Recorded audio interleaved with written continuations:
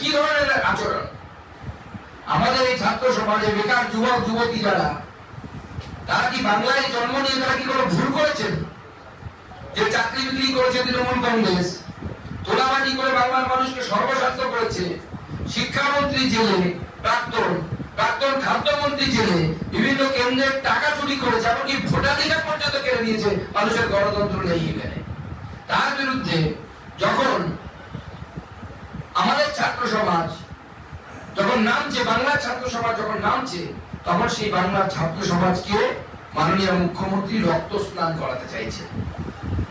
মাননীয় মুখ্যমন্ত্রী আর বারবার আঘাত করেছে। আমি শুনলাম এই দমদমের কাছে একটি মেয়ে নাকি ট্রাঙ্কের অবস্থায় পুলিশ লাঠিচার্জ করে যখন মাথায় বাড়ি দিয়েছে। এখনই খবর পেলাম, আমি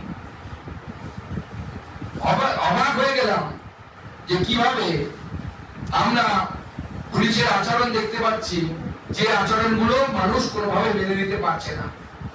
এবং যে মুখ্যমন্ত্রীকে এত দমন পীড়ন করে ক্ষমতায় টিকে থাকতে হচ্ছে, সেই মুখ্যমন্ত্রীর কি ক্ষমতায় থাকার কোনো প্রয়োজন আছে কি? আমার তো মনে হয় না সেই মুখ্যমন্ত্রী ক্ষমতায় টিকে থাকার কোনো অধিকার আছে। তাই বাংলার মানুষকে জবাব দেওয়ার সময় এসেছে এবং এই জবাব দিতে হবে। আজকে বাংলার গণতন্ত্র, স্বাধীনতা এবং সুরক্ষা সমস্ত কিছু বিপন্ন। সেই জন্য এই আন্দোলন বিজেপির আন্দোলন, রাম বাম কোন আন্দোলনে মাননীয় মুখ্যমন্ত্রী দেয়াল লিখন করতে পারছেন না। মাননীয় মুখ্যমন্ত্রী দেয়াল লিখন করতে পারছেন না। বাংলার সাধারণ মানুষের আন্দোলন। যে বাবাটি মনে করছে যে আমার বাড়ির মেয়েটি সুরক্ষিত নয়, সেই বাবার আন্দোলন। যে মা মনে করছে আমার বাড়ির মেয়েটি সুরক্ষিত নয়, আমার ছেলের ভবিষ্যৎ সুরক্ষিত নয়, চাকরি নেই, চাকরি চুরি হচ্ছে, তাদের আন্দোলন এই আন্দোলন। এই আন্দোলন জনগণের আন্দোলন, স্বৈরাচারীদের কাছ থেকে, স্বেচ্ছাচারী সরকারের কাছ থেকে বাংলাকে রক্ষা করার আন্দোলন। আজকে আমরা অবাক হয়ে যাচ্ছি পুলিশের আচরণ দেখে। এক ছাত্রের কাছে আমরা খবর পেলাম যে তার সহপাঠী একজন কিবোর্ডের কাছে সে দাঁড়িয়েছিল, তার পেটে টিয়ার গ্যাসের সেল না গুলি লেগেছে, এখন আমরা বুঝতে পারিনি। তাকে হসপিটালে নিয়ে যাওয়া হয়েছে। সেই হসপিটালে নিয়ে গেলে ডাক্তার আঘাত বলবে যে কি পরিস্থিতি তৈরি হয়েছে, আদৌ কি গুলি লেগেছে না টিয়ার গ্যাসের সেল লেগেছে। তো মানুষ কতগুলো জিনিস আজকে কিন্তু পশ্চিমবঙ্গের মানুষ কিন্তু প্রমাণ করে দিল। গত কয়েকদিন আগে তৃণমূল কংগ্রেস বলছিল রাম বামের আন্দোলন, গত পরশু থেকে বামেরা নিজেদেরকে উইথড্র করে দিলেন, বললেন এটা নাকি বিজেপির আন্দোলন, এটা নাকি আরএসএস এর আন্দোলন, অমুকের আন্দোলন, তমুকের আন্দোলন। আজকে বামপন্থীদের দ্বিধাচারিতা সবার চোখের সামনে চলে এলো। মানুষ যে বামপন্থীদের সাথে নেই, সাধারণ মানুষের আন্দোলন, সাধারণ মানুষ বেরিয়ে সেটা প্রমাণ করে দিল যে বামপন্থীরা তৃণমূলের সাথে সেটিং রাজনীতি করতে ব্যস্ত, এবং সেটিং রাজনীতি বাংলার মানুষ মেনে নেবে না। বাংলার মানুষ এই সেটিং রাজনীতির বিরোধী। এই বর্তমান পরিস্থিতিতে আমরা আমাদের আন্দোলনকে নতুন ভাবে চিন্তা ভাবনা করতে বাধ্য হয়েছি। সেই আন্দোলন বিজেপি আন্দোলন, যেটা সেই আন্দোলনকে আপনাদের সামনে যে রিভাইজড যে আমাদের এই আন্দোলন সূচি, সেই আন্দোলন সূচি আপনাদের সামনে আমি তুলে ধরতে চাই।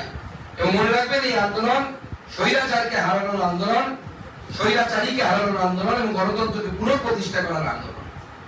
আগামীকাল থেকে আমরা ধর্ণা শুরু করব ঠিক করেছিলাম। আমরা আগামীকাল কোর্টের রায় পেয়েছি, 10:30টার সময় আমাদের মামলার শুনানি হবে। পুলিশ আমাদেরকে পারমিশন দেয়নি ধর্মতলায় ধর্ণা করার। কোর্টের পারমিশন নিয়ে হয় আগামীকাল অথবা আগামী পরশু থেকে আমরা আমাদের ধর্ণা চালু করব। ছাত্র সমাজ যেহেতু আহত হয়েছে, ছাত্র সমাজকে আইনি এবং মেডিকেল হেল্প দেওয়ার জন্য আমাদের যে আজকের যে হেল্পলাইন নাম্বার ছিল, সেই হেল্পলাইন নাম্বারকে আমরা পুনরায় চালু করছি। আজকে থেকে চালু থাকবে, এখন থেকে চালু হয়ে যাচ্ছে। যে কোনো ধরনের মেডিকেল হেল্প এবং লিগাল হেল্পের জন্য ছাত্র, যে সমস্ত পরিবারের লোকেরা যারা বাইরে আছে, পুলিশ প্রচুর ছাত্রদেরকে অ্যারেস্ট করেছে, গ্রেফতার করেছে, তাদের লিগাল হেল্প দেওয়ার জন্য ভারতীয় জনতা পার্টির তরফ থেকে হেল্পলাইন নাম্বার চালু করা হচ্ছে। এই হেল্পলাইন নাম্বারে পরিবার থেকে ফোন করে আপনারা আইনি সহায়তা এবং মেডিকেল সহায়তা আপনারা চাইতে পারেন। আমাদের যে মহিলা কমিশন ঘেরাও ছিল, তার ডেটকে আমরা পরিবর্তন করছি। কারণ পরিবর্তিত পরিস্থিতিতে অনেকে আজকের আন্দোলনে আহত হয়েছে। আমরা আশা করছি সেই মহিলা কমিশনের আন্দোলনে আমাদের মহিলা মোর্চা নেতৃত্ব দেবে, কিন্তু সমাজের মহিলারা আসবে। আমরা সমাজকে আহ্বান করছি যে আন্দোলন বিজেপির আন্দোলন নয়, এটা সমাজের আন্দোলন। 30 তারিখে, এ মাসের 30 তারিখে আমাদের মহিলা মোর্চা নেতৃত্বে সকল মহিলারা, বিজেপির মহিলা এবং সমাজের যারা মহিলা, যারা চান যে প্রতিবাদ করতে আমরা চাই, যারা হয়তো রাজনীতি করেন না, যারা হয়তো বিজেপিও করেন না, আসুন সেদিন মহিলা কমিশনে আমাদের তালা লাগা অভিযানে আপনারা অংশগ্রহণ করুন। 2রা সেপ্টেম্বর, 2nd সেপ্টেম্বর জেলা শাসকের অফিস ঘেরাও মাননীয় মুখ্যমন্ত্রীর ইস্তফার দাবিতে এবং আজকে ছাত্রদের উপর যে অন্যায় হয়েছে সেই অন্যায়ের দাবিতে। 4th সেপ্টেম্বর আমাদের বিভিন্ন ব্লক অফিস, এটা 2nd সেপ্টেম্বর ছিল, সেটাকে আমরা 4th সেপ্টেম্বর করছি। 4th সেপ্টেম্বর দিনভর ধর্ণা ব্লকে আমাদের যারা কার্যকর্তা তারা করবেন এবং সাধারণ মানুষকে আমরা সেখানে আহ্বান জানাচ্ছি। 6 সেপ্টেম্বর, 6 সেপ্টেম্বর আমরা যেটা ঘোষণা করেছিলাম গত 4 তারিখে ছিল, সেটা 6 সেপ্টেম্বর প্রতিটি মণ্ডলে 12টা থেকে 2টো আমাদের চাক্কা জাম, সেই চাক্কা জাম চলবে। এবং তার সাথে সাথে আজকে যে বর্বরোচিত আক্রমণ হয়েছে, এই বর্বরোচিত আক্রমণের তীব্র নিন্দা করে এবং আমরা আহ্বান জানাচ্ছি যে রাজনৈতিক মতভেদ ভুলে সমস্ত মানুষ পথে নামুন। আগামীকাল ছাত্রদের উপর এই বর্বরোচিত আক্রমণের প্রতিবাদে 12 ঘন্টার বন্ধ, সাধারণ বন্ধ সফল করুন। আগামীকাল বিজেপি ডাকে 12 ঘন্টার সাধারণ বন্ধ, সেই আহ্বান দিচ্ছি। এবং এই আহ্বান শুধুমাত্র বিজেপির কর্মী সমর্থক ভোটার তাদের জন্য নয়, আমি সাধারণ মানুষের কাছে হাত জোর করে বলবো, দেখুন আজকে যে বাড়ির ছেলের সাথে যে বাড়ির মেয়ের উপরে লাঠিচার্জ হয়েছে, ভাবছেন যে পাশের বাড়ির ছেলের উপর হয়েছে, কালকে সেটা আপনার বাড়ির ছেলের উপরে হবে। আজকে যে ছেলেটি টাকা দিতে না পেরে চাকরি পায়নি, তার চাকরি বিক্রি হয়ে গেছে 15 লক্ষ টাকায় তৃণমূল নেতার দ্বারা, তৃণমূলের দালালের দ্বারা, কালকে আপনার ছেলেটি, যে ছেলেটি পড়ে পড়ে বড় হচ্ছে, স্কুলে যাচ্ছে, কলেজে যাচ্ছে, কালকে তাকে সে তার সম্মুখীন হতে হবে।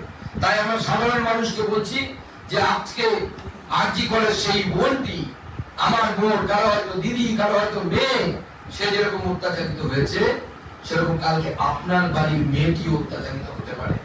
তাই এই বনকে সর্বাত্মক করুন। এই বন স্বেচ্ছাচারী এবং স্বৈরাচারী সরকারের হাত থেকে পশ্চিমবঙ্গকে রক্ষা করার পর এবং গণতন্ত্র, স্বাধীনতা এবং আমাদের সুরক্ষা, আমাদের ধর্মীয় সুরক্ষা এখানে থাকছে না, স্বাধীনতা থাকছে না, মত প্রকাশ করতে পারছে না মানুষ। আজকে করে এত বড় ঘটনা ঘটে গেছে, ভয়ে কেউ বলতে পারছে না, সাহস নেই মানুষের। এটাকে গণতন্ত্র বলে। এই গণতন্ত্র প্রতিষ্ঠার জন্য আগামীকাল 12 ঘন্টার বনকে সর্বাত্মক পথে পরিণত করুন।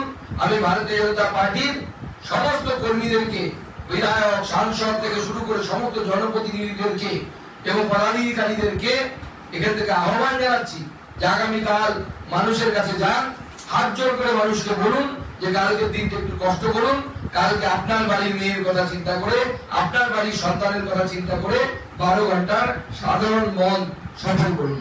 আমার এরকম বলার ছিল। সবাইকে নমস্কার, সবাইকে ধন্যবাদ। সকাল 6টা থেকে বিকেল 6টা, 12 ঘন্টার পর সাধারণ বন্ধ রাজ্য জুড়ে।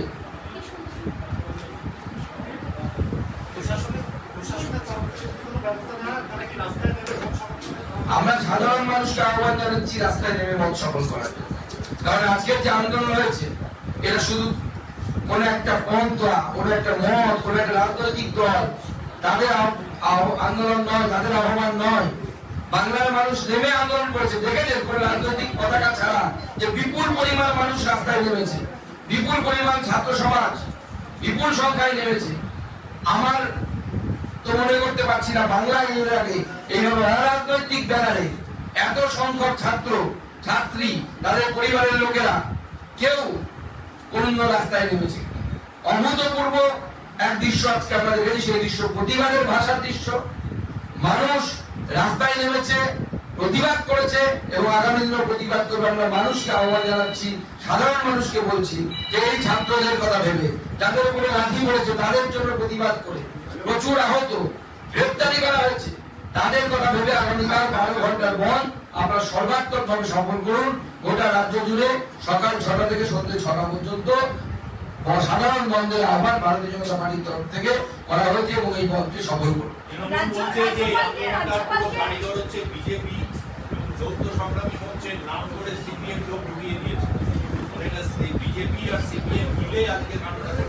সিপিএম তো ঘোষণা করে দিয়েছে, তারা এর মধ্যে নেই। সিপিএম তো গত পরশু তো পরিষ্কার করে দিয়েছে যে আমরা এই ছাত্র আন্দোলনে নেই। তারা নাকি আরএসএস কি সব গন্ধ পাচ্ছে। এত গন্ধ কোথায় পায় ওটা বুঝতে পারি না। যে পচা দুর্গন্ধটা বেরোচ্ছে নবান্ন থেকে, সেই গন্ধটা পাচ্ছে না। সেটিং ফিশ ফ্রাইয়ের গন্ধে সেই গন্ধ ঢাকা পড়ে যাচ্ছে।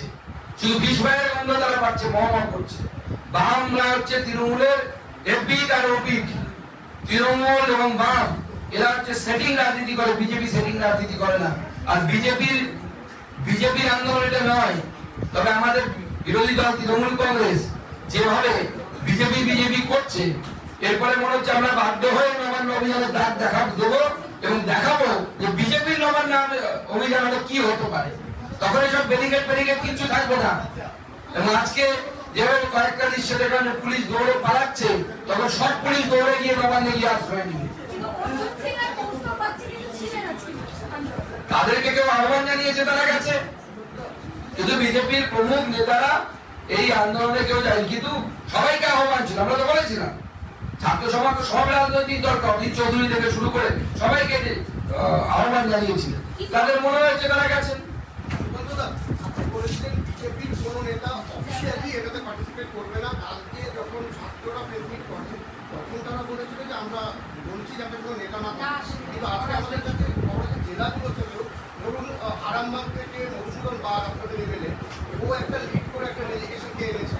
চুঁচুড়া হুগলি থেকে ছোট যারা নেতা মন্ডলে তারাও এনেছে। দেখুন, আপনারা তো এই আন্দোলন দেখলেন, আপনারা দেখেছেন ব্যারিকেড ভেঙেছে আমাদের ছাত্ররা, আমাদের রাজ্যের ছাত্ররা। ব্যারিকেডের উপরে উঠে জাতীয় পতাকা নিয়ে তারা আন্দোলন করছে। কোথাও দেখেছেন বিজেপির এমএলএরা ভেঙেছে? তারা কোনোখানে হয়তো এসছে সাহায্য করার জন্য। কিন্তু সব থেকে বড় কথা, বিজেপি ঘোষিত আন্দোলন নয়। বিজেপির ঘোষিত আন্দোলন হলে তার আকার আর বহর কি হবে আপনারা বুঝতে পারছেন।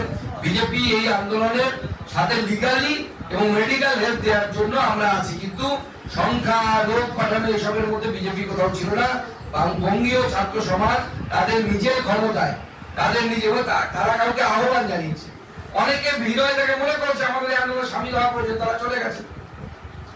রাজ্যপালকে রাষ্ট্রপতি শাসনের জন্য সুপারিশ জানানো হয়েছে, আবেদন করা হয়েছে। কে করেছে? মাননীয় বিরোধী দলনেতা ওনাকে জানিয়েছেন। বিরোধী দলনেতার কাজের মধ্যে পড়ে এটা। আগামী দিনে রাজ্যপাল তার সিদ্ধান্ত নেবেন এবং আগামীকাল বন্ধ, এই বন্ধকে সফল করুন। কিন্তু আজকের আন্দোলনকারীদের কাউকে দেখে ছাত্র বলে মনে হলো না, সবাই মানে খুবই বয়স্ক। আপনি কালকের জন্য অপেক্ষা করুন, কালকে আপনি ছাত্র দেখতে পাবেন। মধ্যমগ্রামে একটা ঘটনা ঘটেছে, একজন যুবক ট্রাফিক সিগন্যাল ভেঙেছে বলে তাকে সিভিক পুলিশ মারধর করেছে। সঙ্গে সঙ্গে এলাকার লোক জড়ো হয়ে যতজন ট্রাফিক পুলিশ সিভিক পুলিশ ছিল সবাই উল্টো মারধর করে দিয়েছে। মনে হচ্ছে কোথাও যেন একটা ডিসওবিডিয়েন্স, মানে অসহযোগ। এই প্রশাসনের উপরে মানুষের বিশ্বাস চলে গেছে। আর কিভাবে থাকবে বলুন না। এই যে মূল অভিযুক্ত যে ধরা পড়েছে সঞ্জয় যে বাইক নিয়ে ঘুরে বেড়াতো, সঞ্জয়ের বাড়িতে গিয়ে বাইক পেয়েছে সিবিআই। সেই বাইক রেজিস্টার করা আছে কলকাতা পুলিশের সিপির নামে। তারপরেও মানুষ বিশ্বাস রাখবে? রাখা উচিত এই পুলিশের উপরে। আজকে যেভাবে বেশ কয়েকজন অভিভাবক এসেছিলেন যারা আক্রান্ত হয়েছে, আমরা টিভিতে যতটুকু দেখেছি, সেই অভিভাবকদের যেভাবে আক্রান্ত হতে দেখেছি, যেভাবে মারতে দেখেছি পুলিশকে, তারপরে আপনারা মনে করেন পুলিশের উপর মানুষের ভরসা থাকবে? বাঙালি ভালো সভ্য জাতি, শিক্ষিত জাতি বলে চুপ করে আছে, নাহলে রাস্তায় তৃণমূল নেতাদেরকে ধরে কান ধরে উদ্ঘোষ করা।